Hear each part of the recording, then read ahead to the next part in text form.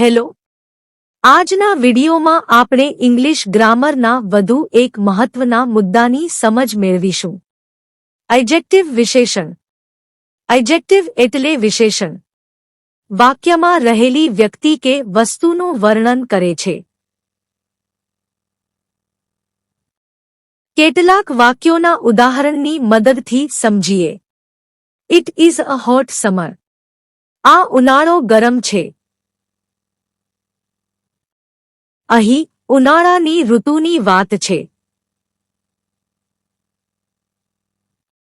ઉનાળો કેવો છે? ગરમ એટલે હોટ.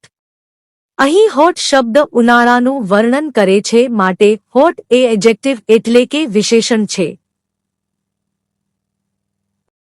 બીજા એક વાક્યની મદદથી સમજ મેળવીએ.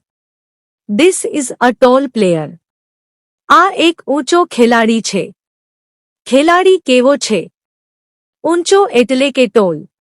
અહીં ખેલાડીનું વર્ણન ટોલ શબ્દથી થાય છે, માટે ટોલ એ એડજેક્ટિવ એટલે કે વિશેષણ છે. બીજી રીતે સમજીએ તો વ્યક્તિ કેવો છે અથવા વસ્તુ કેવું છે તે સવાલ પૂછતા જે જવાબ મળે તે શબ્દ જ વાક્યમાં રહેલું એડજેક્ટિવ એટલે કે વિશેષણ છે.